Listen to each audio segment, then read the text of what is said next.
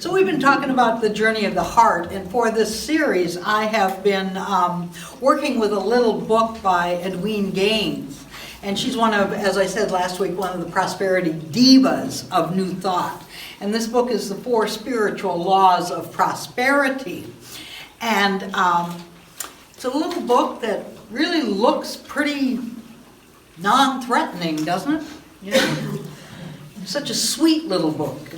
Edwene, the name Edwene, it sounds like she should be just a little old grandmother next door. But the truth is, this lady has kicked my butt over and over again repeatedly over the years by, I would say, pushing me to grow again and again and again. And so the chapter that I'm going to be talking about today from this book is all about goal setting. And that is one of the reasons that I passed out all of your goals from last January to those of you that turned them in. So that'll be exciting to see how you did on your goals. But anyway, the chapter again that I'm going to talk about is goal setting. And why goal setting is important. It develops our faith in a directed way. Now, it works only if you do it, which is just like tithing. Tithing only works if you do it. So what we're encouraging people to do, and I really believe that this is the Science of Mind way. I've done this since I first came into Science of Mind so many years ago, is that we set concrete and practical goals. And what that does is that creates a vessel in your consciousness for you to be able to hold the greater good that God, Spirit, Divine Intelligence, the universe is trying to bring you all the time. Now, people often don't want to set goals. You know I hear that all the time. And every January we do a goal-setting sheet for people to put out, and we do some little workshops, and we talk about it. I always talk about it in classes. And I know that I love it. You know, I get so much out of it because really, I'm doing all of that for me. And if anybody else wants to just come along for the ride, that's great. You're welcome to do so. But I do all this goal stuff for me. And I notice that when I do this, every year my life gets bigger and it grows and it includes more and more wonderful things. So I'm encouraging people to don't wait till the first of the year. Start right now. That when you have some time alone, think about, what do I really, really want? What do I want to create in my life? What do I want to bring into my life? What do I want to reveal in my life? But do it. Take some time when you're alone. Because this is important, because you want to establish what it is that I really want. Not what other people tell me I should want. Or what maybe my parents or my lovers or my teachers or anybody else in my life tells me I should be working on. What do I, deep down within myself, want for my life? See, I think this can be really fun. And it's a creative part of the prosperity process. This is all to help you and I experience our divine nature in a greater way. See, here's the thing. God, Spirit, the Infinite, has no judgment on any goal that you might set, as long as, and especially that, it doesn't harm anybody else or infringe on anyone else's free will. So God doesn't have any judgment. If you need a refrigerator, God says, fantastic, you need a refrigerator. Let's set about creating a refrigerator. Or if you're looking for that perfect partner in life now, God says, fantastic, let's bring you together with that person. Now, because this is the science of mind, I have to tell you that part of the process is what we become in the process of our goals being fulfilled. the consciousness that we become, the kind of person we become, the way we get expanded is really, really an important piece about this. Now, maybe everything is already pretty good for you.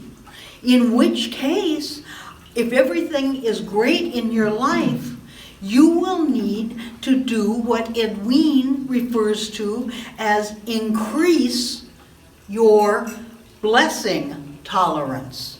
I think it's great, it's wow, it's awesome that everything's good for you, but we want to be on the grow. And as Edwene says in her book, we want to increase our blessing tolerance. It's like, how good are you willing for life to get? How good are you willing for things to be in your life? Like, I feel every year when I do this, my life gets better and better and better every year. And I think, how is that possible? How is that possible? Well, I have a very high bliss tolerance. That's how. I have a way bliss tolerance. And so I think we have to get ready. And part of how we prepare is to accept, to really be willing to accept what is we say we want in our life. If you want a greater good, you have to do something, right? Ernest Holmes, our founder, talks about treating affirmative prayer and moving your feet. So the good is not going to just fall out of the sky into our laps. You can't just sit there like a bump on a pickle, as an old Minnesota saying, So setting goals, you've got to move beyond your perceived limitations. This is a wonderful place to sort of loosen up on how tightly that we know things to be. How they know them to be in our life. Really, the process is all about stepping into who we really are as expressions of spirit, as sons and daughters of the Most High, as children of God, of the infinite. Goethe said, whatever you do or dream you can, begin it, because boldness has genius, power, and magic in it. I've heard that for years, and I love it. It's just another way of saying the Nike thing. Just do it, Let's just start where you are. And I think in that process, we will find that our limiting beliefs will come up. Our resistances. And that's a good thing. That's a great thing. Because once they're brought up into the light, we can actually do some work to heal them and release them back to the nothingness from which they came. Because we want to cast off any sense of limitation. Here's the thing. If you really love your sense of limitation, I would say cast it off just for the next few weeks. And you can pick it up again. You can pick it up in 3-4 weeks if you really, really miss it. But I don't think you will. Now, I got to tell you, I love Edwene Gaines. I met her a couple of times. I've attended some of her retreats and workshops. And the thing that I've really learned from Edwene Gaines, as she says this in her book, in the chapter on goal setting, is metaphysical rule number 1. And I know you guys know what it is. It's don't complain. There, I said it in a nicer way than I often do. Don't complain. That's metaphysical rule number 1. Don't complain. And why? Because complaining is a problem prayer. You're praying the problem. When you complain, that's what you're doing. You're putting all of this energy and emotion and feeling into it. You're telling the universe in a big way what you don't like about the universe. But you're doing it with all this feeling. And probably, if you're like most people, you do it again and again and again and again to anybody who will listen. Anybody that's slow enough to hear what you have to say. I mean, they haven't run off. They haven't been able to get away from you and run off. You'll complain to them again and again and again. So Edwene encourages us, and I'm going to ask us to think about. Actually, I'm not even going to ask us to think about it. I'm going to just say, do it. Let's do this. Let's do this all together. And to take a 21-day challenge and see what happens in our life around this idea. Because if you thought this journey to the heart was just about money, no, it's not. It's about transforming your whole life from the inside out. And for 21 days, the challenge is not to complain, not to criticize, not to gossip, not to use negative languaging. Oh my God, what am I going to say? You know? What am I going to say? What am I going to be saying and talking about? It's going to be real quiet at my house, let me tell you. But this is the promise, though. If we let go of something, if we let go, we make space for God to bring something new into our life. New energy. New ideas, new experiences will start to come in place of all that used to be just about complaining. Because that complaining takes energy. It takes up space. And once that's gone, that means there's space for something else. I'm in this process now, but have you ever cleaned your garage? I have had many attempts at this. I'm doing it now again. And what I notice is in this cleaning out of the garage, as soon as some stuff goes, new stuff appears. It appears in the night.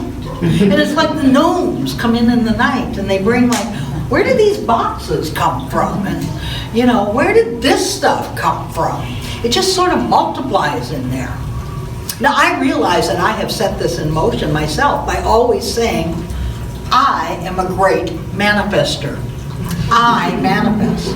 I can always, always manifest. And I do. In fact, I even do it when I'm sleeping, and that's how the garage gets filled again. And so part of this also is about being willing to give up what we don't want in order to have what we do want. Remember, God, Spirit, Divine Intelligence has no judgment on any goal that you set, as long as it does not hurt anyone or go against anyone else's free will. So these are two things that I have really learned over the years about goals that I have found just to be incredible. One is, you've got to write them down. Writing down your goals makes it 50% more likely to happen. That's a lot of bang for your buck. I mean, that's not a lot of effort. Yes, absolutely. If you haven't done that, it's a wonderful, wonderful thing to do. So writing down makes it 50% more likely. The other statistic that I really like around goals is it's got to be 50% believable to you. So if you're making $24,000 a year right now, is it really believable that next year you're going to make $1 million? Maybe not. Maybe you should just start from your $24,000 and maybe go for $100,000. It's got to be at least 50% believable to you.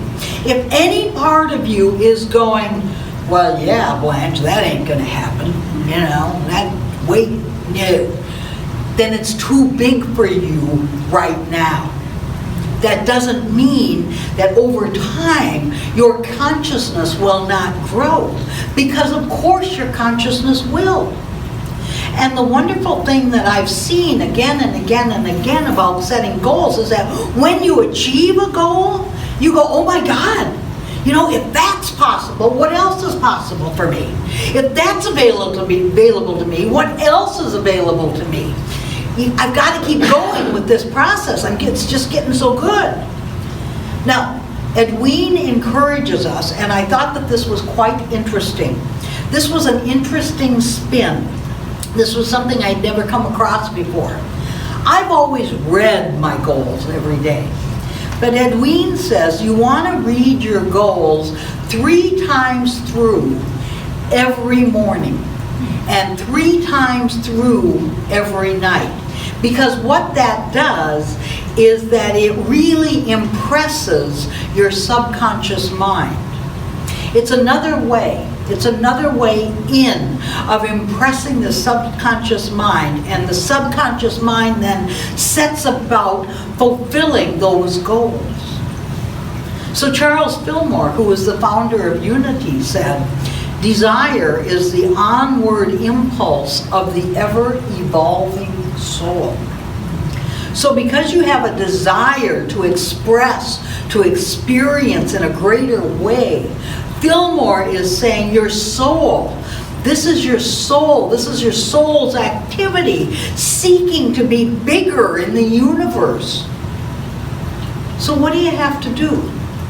Well, first of all, you got to get a little notebook, or a big notebook, I don't really care. And list your goals. List them in importance, in order of importance to you. Again, not other people. Then ask yourself, for each of these goals, are there changes that I need to make to achieve my goals? You know, Spirit within you absolutely knows already if there's something you need to do to change. Now, people don't like this next one, but I'm going to tell you, it's really, really powerful, so I'm just going to put it out there. Put a date on when you want it by for each and every one of your goals. Look, this goes back for generations doing this. Napoleon Hill talked about it in his work, Think and Grow Rich. So you put a date by when you want it. And again, this date has to be believable. If you say by Friday that you need $1 million, I'm going to say, darling, is that really, really believable to you? But what could you receive by Friday? Or how much time do you need to get your consciousness to where you say, yes, I am now willing to receive $1 million. I am now willing to receive the love of my life, my perfect home, whatever it is for you. So again, read them 3 times daily every morning, 3 times daily every night. Spend some time every day imagining you have achieved them. And what would that feel like to you? Just close your eye, and with an inner eye, just see your goal as accomplished. Whether it be perfect health, or the love of your life, or money, whatever it is, see that in place. And just be in that imagination-filled place of achieving them. And then act as if. How would I feel if I had achieved my goals? How would I feel if I achieved them? Now, I'm not saying go out and spend money you don't have yet. But how would it feel? Now, this is really important. Don't tell other people. I don't know why, but people seem to take a perverse delight in raining on other people's parade, all in the name of, well, I'm just being a realist, dear. No, you're not. You're just being a negative Nelly. That's what you're being. And I mean, does it really bring you joy to ruin other people's experience of life? To be the fairy of low hopes? Thanks a lot. Be on your way. So don't tell people who are not going to be able to support you 100% in your goals. It's just not their business. Do you have to tell everybody everything? No, of course not. So don't do it. So when you accomplish something, it's important to cross it off the list and to put down the date that you accomplished it, because we want to start to build a little repertoire, a track record of goals that we have achieved and accomplished. And then add something new to your list. and the date that you want to accomplish it by. And also be in remembrance that God's highest law, which is love, is what's carrying all of this forward in our life. I believe, and I hope you do too, that God, Spirit, Divine Intelligence absolutely wants the very best for all of us. I don't think there's anything in divine consciousness that withholds or knows limitation or anything like that. That obviously, if we have some degree of love for ourselves, we will allow good things to come to us, to come into our lives. And then also, I think it's out of this ability to say, you know, I do value myself as a spiritual being, as an expression of spirit. Then we can truly love our neighbors as ourselves when we come from that place. So my encouragement to you this week is to start now. Start now with having goals. Write them down. They must be 50% at least believable by you. Read them 3 times a day, twice a day. And tomorrow morning when you get up, because I know we're almost halfway through the day right now, so tomorrow morning, start 21 days of no complaining, no negativity, no bitching. None of that. I know I will meet you in the higher realms of spirit because it's going to be quiet for all of us. So let's turn our attention inward for just a moment. Recognizing that we are surrounded, we are filled with God's light, God's love, God's very healing presence.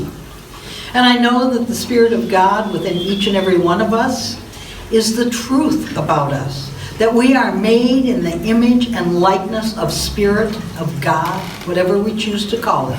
And so in this awareness of our oneness with Spirit, and knowing that we are all connected with each other, I speak the word for us, that we are a prosperous consciousness right now today. Whatever it looks like in the world of form, I know on the inside, because we are made in the image and likeness of God, that we are prosperous people. That every good and perfect thing that would add to our lives is ours right now. And we say yes to it, we welcome it, we receive it. And I further claim for each and every one of us that we're on track for these next 21 days with no complaints. No complaints about anything. Just to be part of the divine experiment and to see what newness Spirit brings into our life. I claim for each and every one of us that it's easy and joyful for us to set goals. Not only to set them, but to achieve them and move on to even greater things. Because I believe it is truly the Father's good pleasure to give us the kingdom. And that kingdom includes anything and everything that adds to our life in a happy, healthy, abundant way. So we include in our prayer today our family members and friends, our parents and children, all those that we love and hold near and dear. We remind ourselves as we speak this word that God is right where they are, that their needs are met, that they are surrounded and filled with God's love, and God's light shines upon them. We bless our church. We bless all churches everywhere, synagogues, temples, mosques, ashrams, all paths to God. And we let our prayer be an energy of blessing that emanates out from us to all people everywhere. And particularly today, we think about all the people who have been affected by conflicts, wars, fires, flooding. And we remind ourselves that God is present even in the midst of all of that. Present in rescue workers, in fire departments, people, emergency responders, social workers, soldiers, doctors, volunteers, and anyone doing anything to help. We know that God is present there. And in all of the people affected by these, we remind ourselves that God, Spirit, is present right there as well. We let our prayer enfold the entire globe that we live on, touching all people, lifting all people, healing all people. And today we are in special remembrance and thanksgiving of all of our veterans, current, past, alive, or in new dimensions of life. We give thanks. We are in gratitude for the sacrifices that you and your families have made, defending our freedoms, standing for our ideals, and we commit to being the people worthy of your sacrifice. So with a full heart, I give thanks that this is so, that this is the truth as we understand it, and with a full heart, I just let it be. I release this word. Together we all say. And so it is.